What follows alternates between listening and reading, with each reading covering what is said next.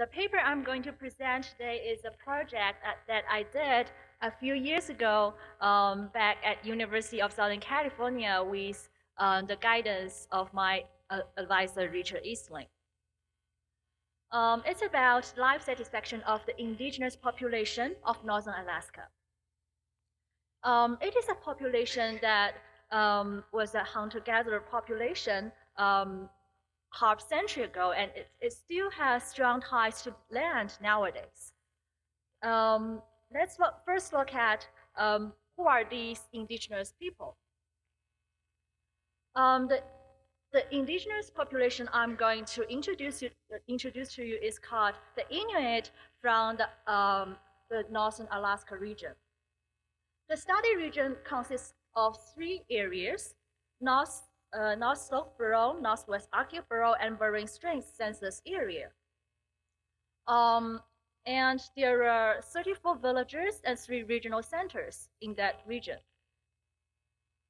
We are going to look at a few monetary statistics about this region to better understand their monetary economy. First, interesting statistics is the unemployment rate. The Inuit population has a very high unemployment rate at 15% in the year 2002, while at the same year, the unemployment rate of the US population is about 5.8%. Another unemployment rate of interest is the unemployment rate of Alaska population, which is about 8% in 2002. The other statistics of interest is the household income. The Inuit population has slightly higher median household income than that of the US population. However, a large proportion of their household income comes from the transfer income. It's about 33%, and for the US population, it's about 7.8%. So so where are these transfer income come from? There are two main sources. First, it's the dividends from the regional and village corporations established under the Alaska Native Claims Settlement Act back in 1971 to settle the financial and land claim made by Alaska Natives. Another source that's more common in Alaska state is the Alaska Permanent Fund, which is funded by the oil revenues back in 1976. So this population has a relatively poor monetary economy, if you think. However, they do have a very strong subsistence economy. This graph shows you the participation rate in traditional activities in the past 12 months by gender. Blue indicates males, pink indicates females. Here we see both males and females participated extensively in certain types of activities. For example, picking berries, preserved meat or fish, or fishing. And there are also activities that only males participate more strongly. For example, those activities involve hunting, hunt walrus, hunt seals or ugruk, hunt caribou. Another way to look at these subsistence activities are to look at the proportion of respondents participating in certain numbers of activities. Here we see the majority of males participate in 6 or more activities, while the majority of females participate in 5 or less activities. So we do know males participate more than females in subsistence harvests. the larger picture is that the economy of the Inuit is mixed, cash and harvest herding based.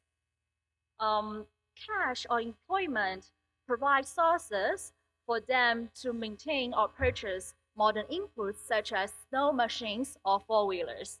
And we also observe that in our survey that households with higher wage income also report higher level of subsistence harvests. Actually, about 80% of the households surveyed are both wage income and ate meat and fish from harvests of their own household members.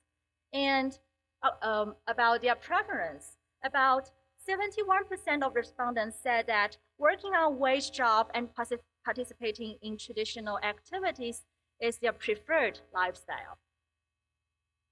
Another interesting finding is that this population has a very, very high life satisfaction. Here is a survey question from survey of living conditions in the Arctic, 2002 and 2003. The question is how satisfied you are with your life as a whole. It has 5 responses, very satisfied, some were satisfied, neither satisfied nor dissatisfied, some were dissatisfied, and very dissatisfied. And about 55 of the Alaskan Inuit answered very satisfied. This is actually the highest number among all the countries participating in this survey. For example, for Greenland, the proportion of respondents answered very satisfied is only 23%. And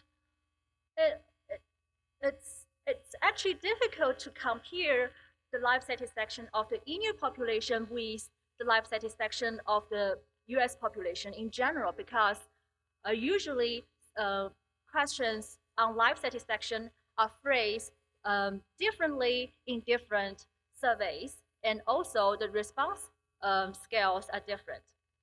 However, it might be interesting to find that life satisfaction of this Inuit population might be as high as or even higher than the US population in general. On your right-hand side is a figure corresponding to the response to a life satisfaction question from the US General Social Survey. Taken all together, how would you say things are these days? The response scale are first, very happy, second, pretty happy, or not too happy. And only around 31% of the respondents answered very happy. So my research question is, how do the features of the Inuit population explain their life satisfaction? The data I used for this study is Survey of Living Conditions in the Arctic, SLICA. It covers the Aboriginal people in 7 countries around the Arctic: US, Canada, Greenland, Sweden, Norway, Finland, and portions of Russia. And it spans measurement of living arrangement from traditional measurements such as income and education to social relationships and cultural practices. And my study looks at the Alaska portion of SLICA, which consists of 663 respondents aged 16 and above living in the 20 communities in the 3 regions. It took place in 2002 in Northwest Arctic region and in 2003 in the rest 2 regions. The response rate is about 84%, while and the maximum estimated sampling error is about 4%. Let's now look at how I model life satisfaction. In this study, I model life satisfaction as a function of both individual characteristics and locational characteristics. For the purpose of this presentation, I'm going to focus on individual characteristics. the individual characteristics are included in this model include the conventional ones in happiness equation, such as gender, age, race, marital status, employment status, religion, health, and income. And I also include other individual characteristics that are available in this survey and very special to this population, including public safety measure, quality of housing, subsistence activities, family ties, and social support. And now I'm going to present you the main results of my analysis. So all the results I'm going to present are based on ordered logic regressions. All the statements I'm going to make later will not be causal. They are statements of association. And you might also notice that there is gender differences in terms of their subsistence activities. But because of the time limit, I'm going to present you the results for my whole sample instead of looking at males and females separately. Here we are going to look at the relationship between life satisfaction and income. In the first column, we see that being married or partnered has a positive and significant influence, while having untreated medical problems has a negative and significant influence. These are quite common as in the past studies. However, we find that the natural log of household income per capita has a negative, so not significant influence. This is quite unusual in happiness studies. In order to better investigate this issue, we look into the sources of income. First is wage income, second is transfer income. We find that, interestingly, wage income is negatively associated with life satisfaction of the Inuit. And the transfer income has a positive and significant influence. It is surprising to find that wage income has a negative correlation with life satisfaction. However, most of the happiness studies done on this issue are from EPIC 3 populations, not from populations that have strong tie to EPIC 1. In order to further investigate the effect of negative income and other activities that the Inuit mostly get involved, I look at their leisure activities and their traditional activities. Here in this first column, I find that the number of leisure activities for the Inuit has a positive but not significant influence on life satisfaction. In column 2, the number of traditional activities have a positive and significant influence. In the next column, I'm interested in investigate the effects of each type of traditional activities. Actually, there are 16 categories I include in this specification, but I only presented those ones with significant influences. Here, Hangsil and Ugrup has a positive and significant influence, and so does picking berries. However, make native handicrafts has a negative and significant influence. Another measure of subsistence harvest is the proportion of meat and fish that a household consumes is from a household's own harvest. And it turns out to have a positive and significant influence as well. We want to further investigate the connections, the relationship between the connections with culture and communities and life satisfaction of Inuit. In aspects of religion and their social relationships.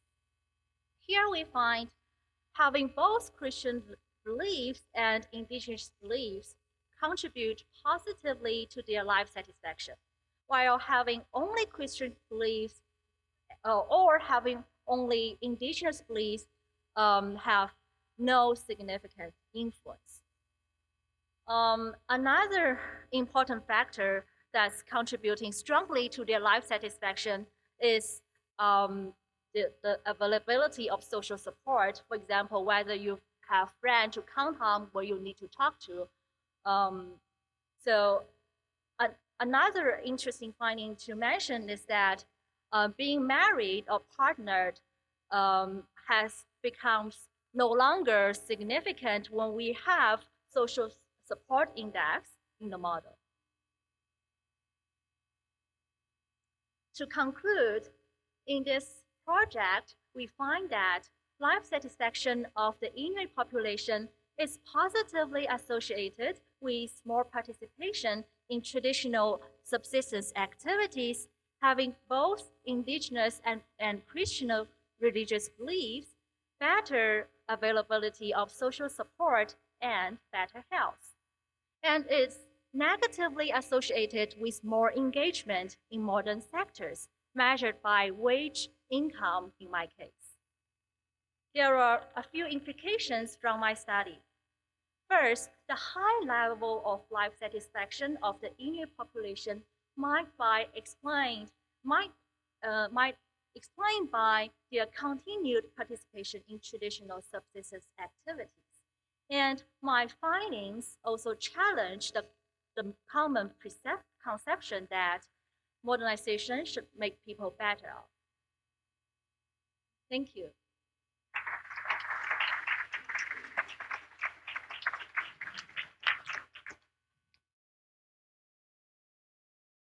So next up we have David Rose, who joins us from the University of Missouri St. Louis, where he's a professor of economics. He earned his PhD in economics from the University of Virginia. We have quite a few Wahoos here, myself included. And they're playing today at 2 o'clock if you're interested. And hopefully they won't lose in the first round again. So over his career, he has increasingly worked on big picture issues. And so starting out as sort of the typical economist, we tend to work on narrow issues, but he's become fascinated with these bigger questions. And that's what brings us here today, is starting with his book, The Moral Foundation of Economic Behavior, published by Oxford University Press in 2011. He started examining these questions of culture more broadly. And that led him now to his next book, which has just been released from Oxford University Press again, Why Culture Matters Most. And that's what he's going to talk about today. So welcome, David.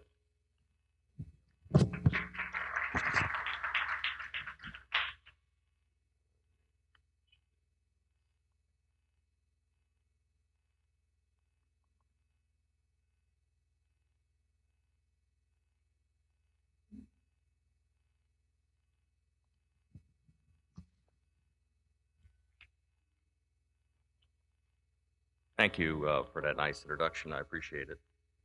Well, for a variety of reasons, social scientists for quite some time, not all, but many, have worked long and hard to avoid cultural explanations for the differential success of societies.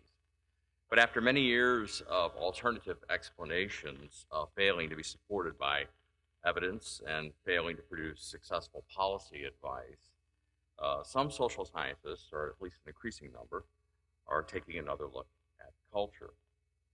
I now agree with David Landis, the brilliant economic historian, who boldly concluded that if we learn anything from the history of economic development, it's that culture makes almost all the difference. Now here's a diagram that can help me explain why I believe that. At the top, we have widespread human flourishing, basically Eudaimonia. At the bottom, we have culture, so how are they connected? Well, think of it as two avenues.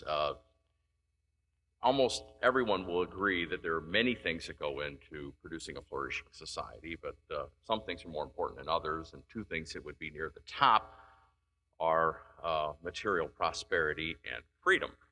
So the left side of the diagram is all about the free market society producing material prosperity, and the right side is how democracy can produce freedom. Now, it will surprise no one that I've illustrated that both the free market system and the democracy rest on institutional foundations. But some of you might not have carefully considered that some of these institutions are, in fact, very highly trust dependent. Things like contracts, property rights, and voting don't work well in the absence of things like honest court systems and the belief that voter fraud is very minimal.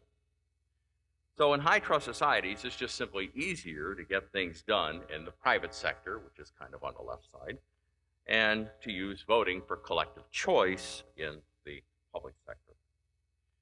Well, my big point here is that growing and sustaining a thriving free market democracy to support human flourishing therefore requires the rich soil of a high trust society. Pretty much everything that is good, either for individuals or for the group, is easier in a high trust society. So it's hard to quibble with that. So what? Well, my point is that high trust societies in turn require having the right kind of culture. And my central claim then is that it's culture, not genes, geography, institutions, good policies, or wise leadership that ultimately determines the differential success of society. Now, I define culture in a fairly non-controversial way. Culture just pertains to knowledge transmitted across generations through imitation and teaching rather than through genes. So culture must be relearned generation after generation. More than 99.99% of our evolution occurred in small groups. So small group trust comes very naturally to us. This is why all societies have plenty of trust behavior going on. My point simply is that most of the trust behavior that you're observing in most of the world through most of human history is small group trust. The problem with that is that that means that small group trust cannot possibly explain the differential success of societies. You can't explain something that varies over a sample with something that doesn't vary over the same sample.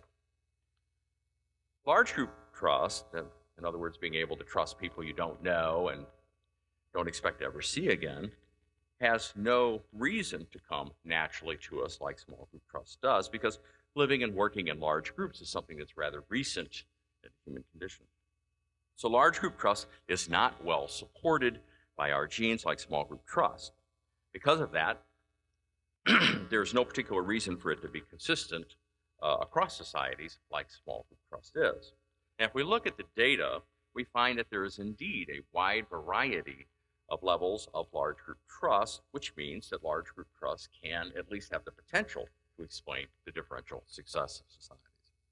I shall argue that high trust societies are ultimately a product of massive intergenerational investment into the inculcation of certain kinds of moral beliefs.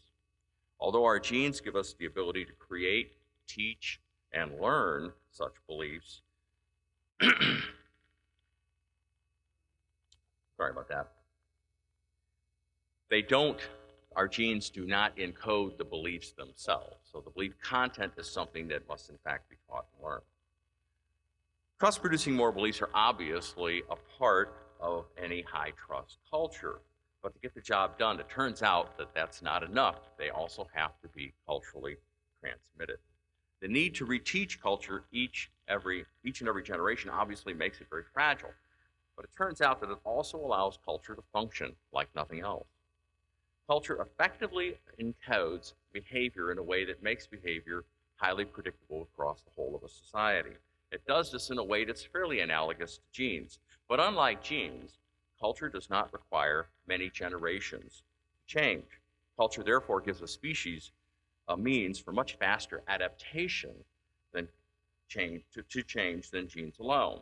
This is a huge survival advantage. Now, if there's magic in economics, it is this. Working alone, I can make 10 units of something. Working alone, you can make 10 units of something. But when we work together, when we cooperate, we can make 26. The difference between a whole of 26 and the sum of the parts of 20 is known as the cooperative surplus. And that surplus is the key. That is how we are able to sustain mass flourishing through general prosperity. That's how we get more stuff per person. Cooperating is our big trick. We're great at it. That's why humans do so well. Now, Adam Smith explained how cooperating to effectuate the gains from specialization through the division of labor can dramatically increase productivity.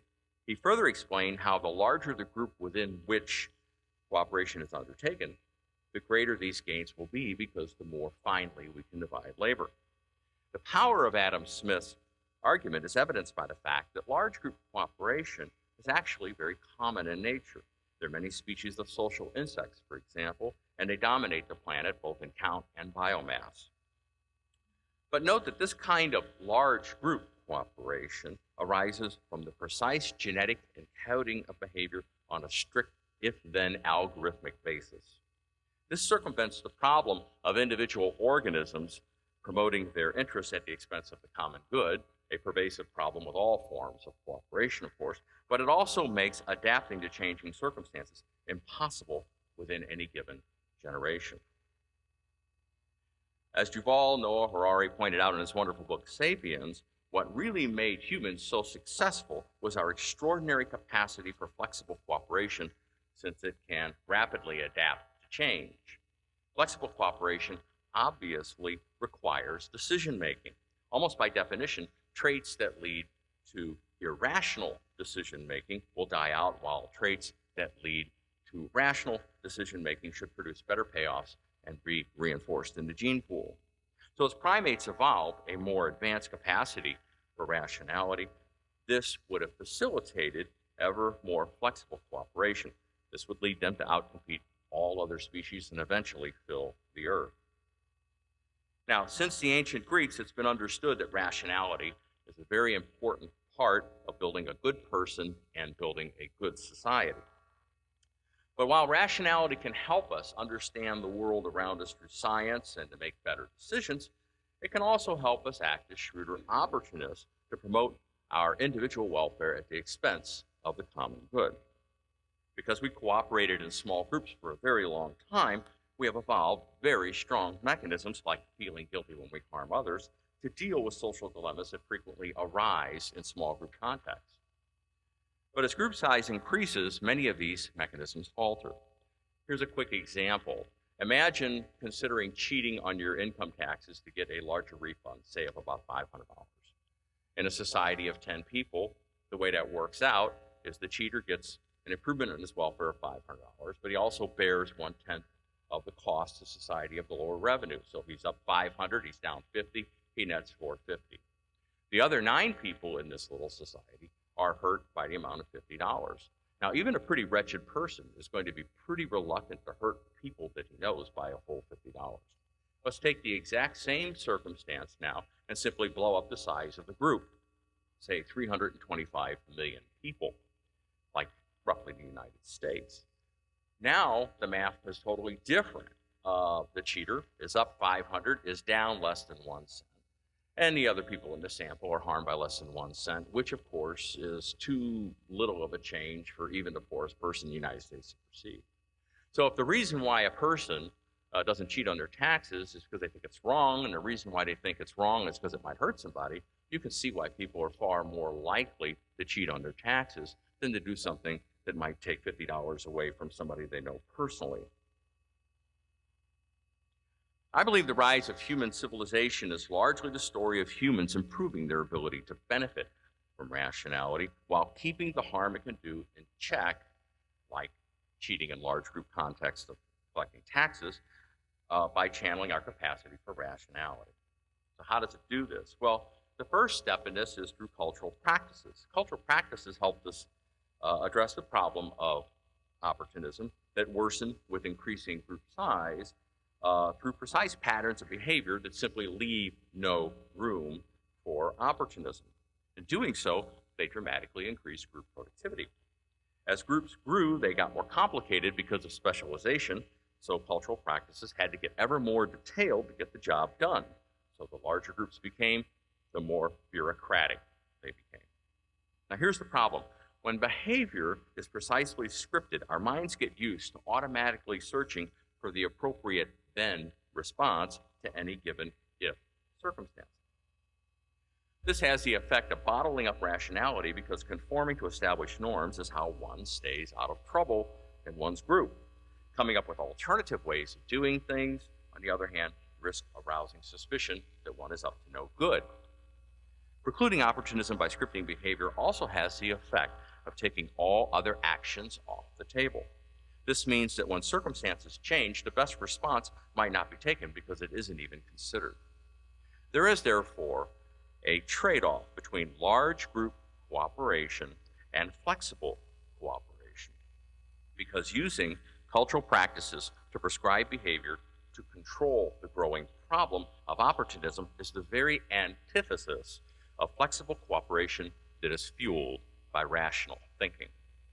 This trade-off had the effect of keeping flexible groups small while keeping large groups inflexible. This means that any group that could circumvent this trade-off would have the best of both worlds and would therefore enjoy a huge survival advantage in the form of being able to sustain flexible large group cooperation. I think we were able to break open the floodgates of flexible large group cooperation through the evolution of specific kinds of moral beliefs that were able to bottle up opportunism even in large group contexts. If a society can bottle up opportunism, it doesn't have to fear rationality being put to work to benefit the individual at the expense of the common good. In other words, bottling up opportunism removes the need to script behavior, which inevitably bottles up rationality itself. Perhaps then, institutions did not become more important than culture to unleash the modern world, as is commonly supposed. Perhaps instead, it was cultural beliefs that became more important than cultural practices to open the door to large group trust as never before, and therefore flexible large group cooperation. So the real tipping point in human advance was that cultural beliefs eventually evolved to become a superior substitute to cultural practices, and that they began to provide a way to suppress opportunism without suppressing rationality generally. Now, the foundation of any high-trust society is that it's simply rational to presume that others can be trusted in most circumstances because there is, in fact, a social norm of trustworthiness. In such high-trust societies, transaction costs are very low. This makes the scale and scope of the set of transactions through which we can effectuate the gains of cooperation very large. So, trust makes us richer by helping us pile up cooperative surpluses. At the same time, being able to trust that voting will be honestly conducted helps ensure trust in the democratic process, so trust makes us freer by preserving democracy. So how does society make trustworthy individuals? Robert Frank explained long ago in his remarkable book, Passions Within Reason, that the key is ensuring that they never act on what he calls golden opportunities. A golden opportunity is simply a chance to engage in opportunism when you think you have absolutely no chance of being caught. He invented this little idea because it draws a clear distinction between restraint that's driven by rational forbearance, purely as a matter of incentive compatibility, versus some kind of moral restraint. In my first book, I explain why if people possess moral beliefs that produce a strong sense of duty to never behave opportunistically, what I call duty-based moral restraint, they will never act even on golden opportunities, so they will always be trustworthy. Now, this idea of duty-based moral restraint is just the idea that one always obeys prohibitions against taking negative moral actions as a matter of principle. This is important because duty-based moral restraint remains in force even in large groups where harm can be diluted, which is a frequent problem in large societies. Now, duty-based moral restraint affects behavior in a very different way than genes or cultural practices. It does not precisely prescribe behavior. Instead, it precisely proscribes behavior. The more precisely behavior is prescribed, the more it redacts all other possible actions. A specific required response is largely dictated for any given circumstance. This renders freedom meaningless. But the more precisely behavior is proscribed, the truer it is that only a tiny fraction of the action set is actually redacted. This leaves most of the action set to the discretion of the individual. This is the very essence of freedom. To get back to the main point, if you never take negative moral actions, then you will never behave opportunistically, so you will never behave in an untrustworthy manner. It follows that if a strong ethic of duty-based moral restraint exists in the vast majority of individuals in a society, it'll be rational to extend trust, even to strangers in all but the most exceptional of circumstances. But here's the beautiful thing. Duty-based moral restraint only takes the opportunistic part of rationality off the table. Now, this sounds too good to be true. So what's the catch? Well, the catch is that choosing to adopt moral beliefs for oneself that produce an ethic of duty-based moral restraint is, well, irrational. If we ignore morality, one would never rationally choose to have moral beliefs that foreclose acting on all future golden opportunities. Doing so would contradict the definition of rationality or the definition of a golden opportunity. So how might societies deal with this rationality catch-22 problem to get trust-producing moral beliefs into the brains of its citizens? The answer, surprisingly, is again culture.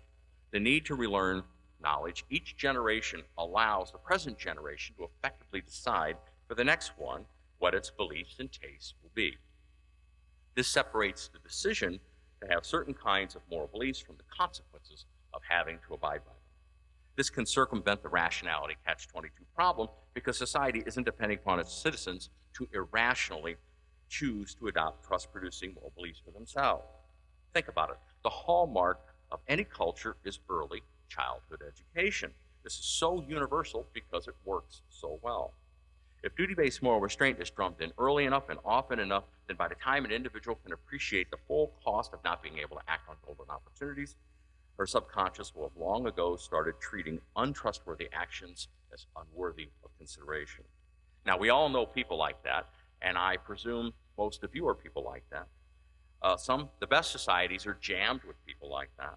Such societies are abuzz with cooperation because people don't spend much time worrying about being cheated. Such societies pile up cooperative surpluses every which way that make nearly all of us richer than just a few generations ago. But such societies also make being victimized so rare that we feel safe enough to let our guards down.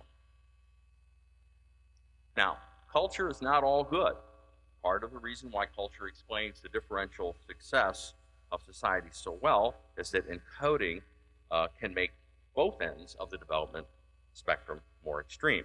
Just as culture can encode trustworthiness to produce high trust societies and flourishing, it can also encode and lock in beliefs that are inimical to having a high trust society and thereby produce unending poverty and tyranny. But when it comes to building successful societies, nothing is more indispensable than culture because nothing else works like culture. There's no functional equivalent of it in the institutionalist paradigm. Genes, cultural practices, and institutional routines all deal with the problem of opportunism by crowding in precise behaviors and therefore crowding out rationality. The better the job that genes, cultural practices, and institutions do suppressing opportunism, the more they crowd out rationality with conformity. Run to its logical extreme, this produces a society of suffocating Kafkaesque bureaucracy that can destroy the human spirit. In contrast, because of the unique way that duty-based moral restraint works, rationality can become free to roam in our minds, free to help us do science, free to help us be creative, and free to help us think for ourselves.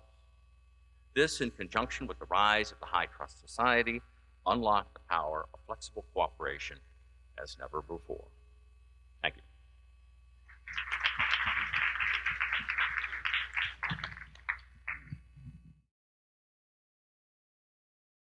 Okay, so next up we have our own Wake Forest's own Daniel Hammond, who was an undergraduate here at Wake Forest, and then, of course, went, you guessed it, to the University of Virginia, but then came back and has spent his entire career here. 40 glorious years Dan has been on faculty here, and this is, yeah.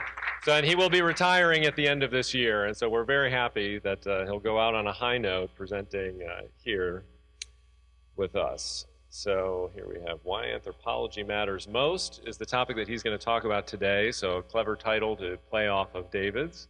So please join me in welcoming Dan Hammond.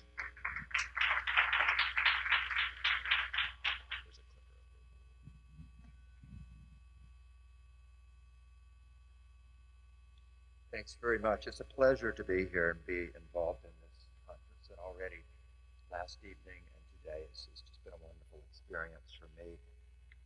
The trees and flowers have been attacking me with pollen for the past 10 days, so I have a cough and I'm hoarse. I don't have a fever, so I assure you that I'm not bringing black plague, black death into the room. Now that would be cocoa dynamic, cacodamania, and I don't want to do that, but it is allergies. But if I have a coughing fit, my wife and former colleague Claire Hammond will take over for me. I'll go out and she'll come in. My paper is a critique of the anthropology that's shared by economist David Rose and by psychologist Steven Pinker in their two books, Why Culture Matters Most and Enlightenment Now.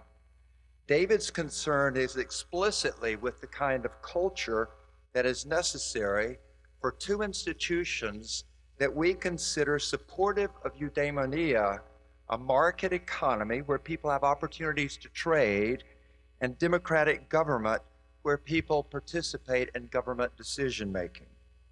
Although Steven Pinker uses the word culture only once in Enlightenment Now, I think it's fair to say that he joins David in being concerned with culture. Pinker, too, wants to preserve a market order in economics and democracy in politics. Pinker views these and other institutions, especially science, as products of the Enlightenment. Pinker's project is to shore up what he sees as a receding culture of enlightenment. I agree wholeheartedly with David Rose that culture matters, and perhaps that culture matters most. And I agree with Steven Pinker that, to use Pinker's, I won't say trinity, I'll say trilogy, reason, science, and humanism are essentials for a healthy culture. But since we're considering human culture and humanism, we need accurate knowledge of what human means, of what humans are. To find the shoe that fits, we need to know the foot. To find the culture that supports human flourishing, we need to know the human. This is why I borrowed my title from David without asking, substituting anthropology in place of culture, why anthropology matters most. The anthropology that David and Steven Pinker share with each other and with many contemporary social scientists, increasingly my own tribe of economists, is that humans are rational beings that are the offspring of unguided, random evolutionary processes. This anthropology is materialist. We are nothing but matter. We are essentially no different from other species in the animal kingdom. Our difference is that we have larger brains. In this materialist view, human nature does not include a spiritual component.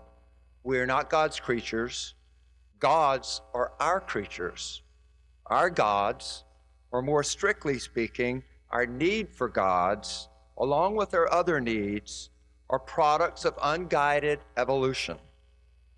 This anthropology comes from scientific naturalism, belief that reality is exhausted by nature, containing nothing supernatural, and that the scientific method should be used to investigate all areas of reality, including the human spirit. Scientific naturalism does not rule out non-material components of nature, such as information, but it rules out anything other than nature. It rules out any supernatural being or any force outside of nature, and any supernatural or spiritual element in humans. Steven Pinker reminds us of how scientific reason has supposedly replaced our need to appeal to the supernatural, quoting from Enlightenment Now. But before the concepts of information and computation were elucidated, it was reasonable for someone to be a mind-body dualist and attribute mental life to an immaterial soul. Just as before the concept of evolution was elucidated, it was reasonable to be a creationist and attribute design in nature to a cosmic designer, end quote. The all-encompassing scientific naturalism leaves us on our own in a cold universe. Pinker sees the universe as too cold to have been created by a loving God. He writes, "Whatever we make of the hard problems of consciousness, positing an immaterial soul is of no help at all. For one thing, it tries to solve a mystery with an even bigger mystery. For another, it falsely predicts the existence of paranormal phenomena. Most damningly, a divinely granted consciousness does not meet the design specs for a locus of just desserts. Why would God have endowed a mobster with the ability to enjoy his ill-gotten gains, or a sexual predator with carnal pleasure?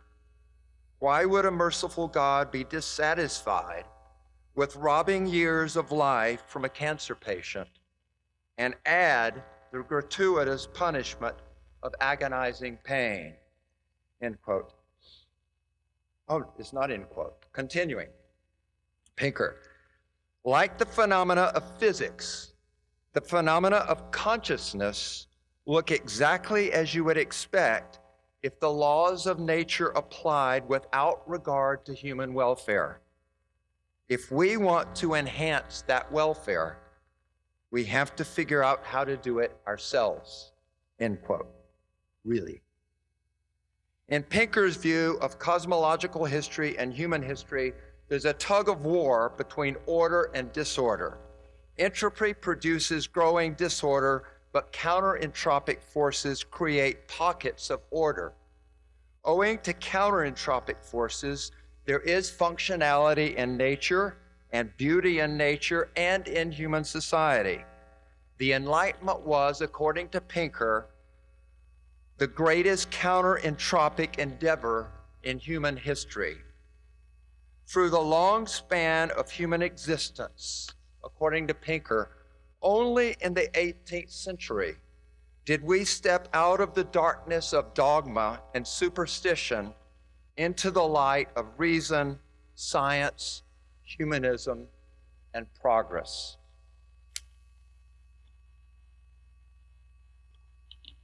Steven Pinker is not a moral subjectivist. He contends that morals are based on human needs. These include food, comfort, curiosity, beauty, stimulation, love, sex, camaraderie. Human needs are objective in that they are the way we evolved. Living a moral life requires that we balance our own needs and support others' efforts to satisfy their needs, according to Pinker.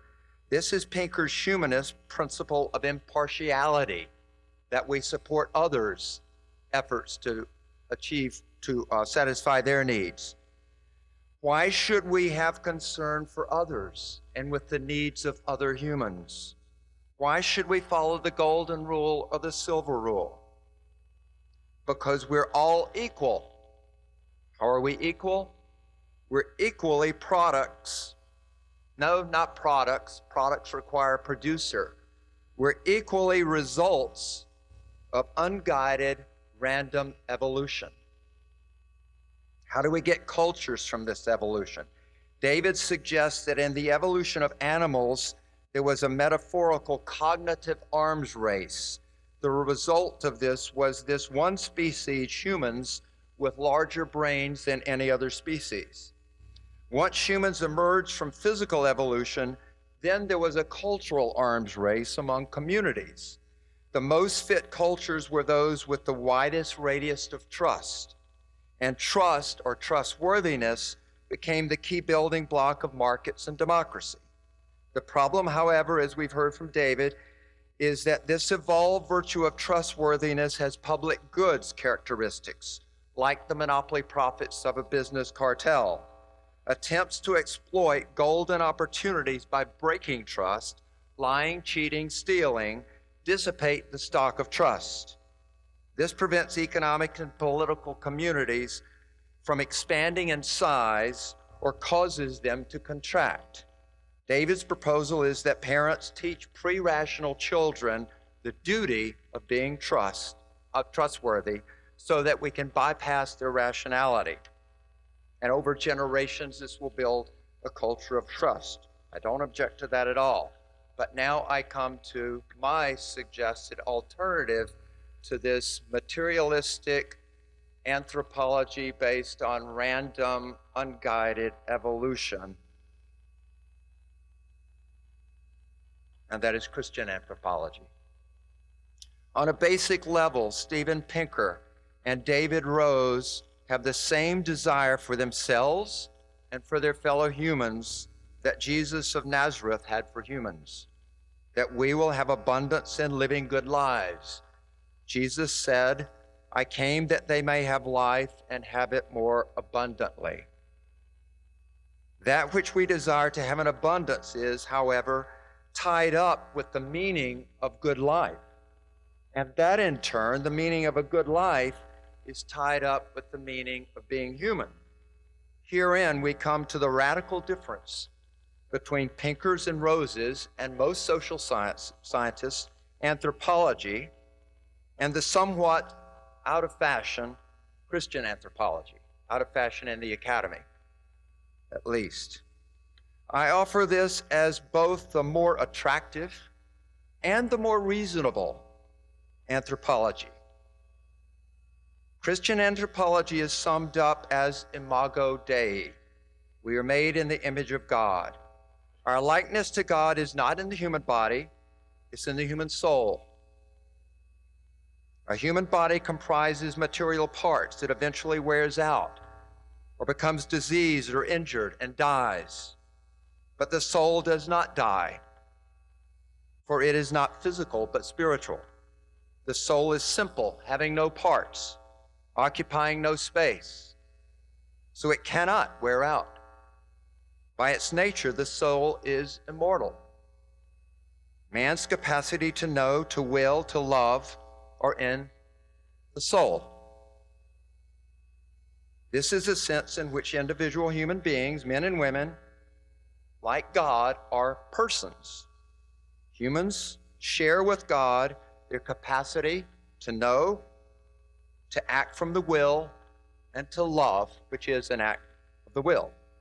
Love is not an economic exchange, despite what economists of religion or economists of the family might suggest. Love is not an economic exchange. It is giving oneself for the sake of the other, expecting nothing in return. In this Christian anthropology, humans are designed and created by an all-knowing, all-powerful, and all-loving God. God brought them and everything else that is into being for humans' happiness, Eudaimonia. God may have used evolution to bring this about. That's not the question. The question is not whether there was evolution or not. But if we evolved, according to this anthropology, from God's design. God's intention was in creation, in creating the human race, was for us to have eternal eudaimonia, living fully in God's presence, which is called the beatific vision. But Adam, that is humans, rebelled, bringing sin and death to the human race. The Christian account of salvation history is that although humans abandoned God, God did not abandon humans. He revealed himself and his moral law, his guidebook on how we should live, to humans gradually through his chosen people, the Israelites. And in the fullness of time, the loving God took on human flesh lived as a poor man on the fringe of the Roman Empire, and took upon himself all human sin and human suffering. This he did for the sake of mankind. By Christ's suffering, death, and resurrection, by his sacrifice, to humans was restored the possibility of eternal Eudaimonia. Jesus summarized God's guidebook on how to live in his answer to a Pharisee's question, Matthew chapter 22. Teacher, which is the great commandment in the law? And he said to him, you shall love the Lord your God with all your heart, with all your soul, and with all your mind. To this is the great and first commandment, and a second is like it. You should love your neighbor as yourself. On these two commandments depend all the law and the prophets. So the entire moral law boils down to a single action of the human will, to love God and to love neighbor.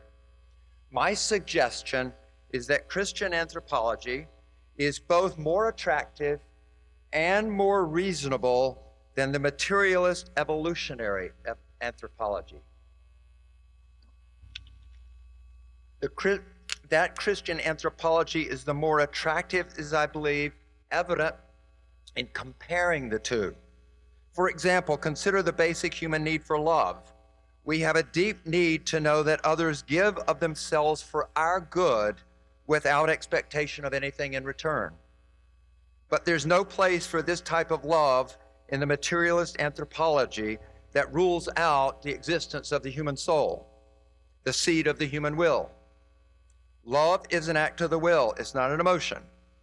Love, sex, and camaraderie are in Pinker's list of moral goods, Steven Pinker's list in Enlightenment Now. He says that life is meaningful because, quote, people care about you and vice versa. But he does not inquire into what love is. Love is so little consequence in his conception of Enlightenment values that it doesn't appear in the index of Enlightenment Now. Christians believe that we were created from God's love. Like the prodigal father in Luke chapter 5, the prodigal father, not the son, God waits for us to return to his loving embrace. He gives us freedom to choose to love him or not. He doesn't force us. If we choose to return God's love, our eternal destiny is to be with him. I believe that Christian anthropology is more reasonable than the materialist evolutionary anthropology. Modern science is based on empiricism, the philosophical claim that our sense experience is the ultimate source of all nature, that reason alone does not provide knowledge. According to Steven Pinker, quote, a scientist's degree of belief in a theory depends on its consistency with empirical evidence. He quotes Thomas Paine on the Enlightenment project of unification of knowledge and science. And this has religious overtones, quoting Thomas Paine. Science, the partisan of no country, the beneficent patroness of all, has liberally opened the temple where all may meet. Her influence on the mind, like the sun on the chilled earth, has long been preparing it for higher cultivation and further improvement. The philosopher of one country sees not an enemy in the philosophy of another. He takes his seat in the temple of science and asks not who sits beside him, end quote. Steven Pinker does not give evidence. Science is the gem of the Enlightenment, but Pinker does not give evidence in support of his account of the origins of humans and the development of human institutions and culture, nor does David Rose. Pinker and both use what look to me like just so stories to tell the story of human history. Having accepted the premise that all appearances of design, apart from what humans have designed, are products of random variations, everything, human reason, moral goods, moral evils, cultures, in short, everything that makes us human, has this explanation. The science and history of the human race are unified in this tautology. What is the basis of the belief that humans are what they are because of random mutations and survival of the fittest? Ironically, I think, it appears to be small r revelation. We've been told this by scientists. This is indeed revelation, though human rather than divine. Knowledge passed from an authoritative source to the recipient. Now, this is not surprising, for we all depend on human revelation. We can demonstrate the truth of only a tiny fraction of what we believe. So Christians are not in this respect different from other people, including scientists. The key difference is that Christians are open to the revelation from their Creator, whom they regard as the most authoritative source of knowledge. Which brings us to the final reason that I believe Christian anthropology is more reasonable than the alternative, Darwinian random evolution. Human evolution is thought by experts to have occurred over a period stretching from 6 million to 200,000 years ago. No written or oral records were left to inform us of the details of this vast period of evolutionary history.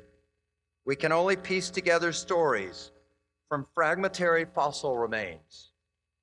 Unlike this theory of human origins and destiny, however, Christianity is based on historical records of relatively recent events. The reported events took place only 2,000 years ago, not 6 million years ago, 200,000 years ago. These are the events, of course, in the life of a first-century Jewish man and his followers. Records of Jesus' life were passed down by eyewitnesses and their followers in both oral and written form. They tell us that Jesus of Nazareth was born to a young Jewish woman, that around the age 30, he began a 3-year ministry as a traveling rabbi, that he was crucified by the Romans under Pontius Pilate. They tell us that he rose from the dead and afterward appeared to his followers. These reported facts are either true facts or they're false. Thus, the Christian account of God and humans stands or falls on the basis of empirical claims. The most crucial of these claims is, of course, the resurrection. If the account we have that Jesus rose from the dead is false, then it's eminently reasonable for us to seek other explanations of what it means to be human. But if the factual account is true, this means that the Enlightenment intellectuals who led us away from Christianity were actually leading us into the shadows. It means that contemporary social sciences are facing away from the light. It means that on a fundamental level, we, social scientists, do not know our subject. Thank you.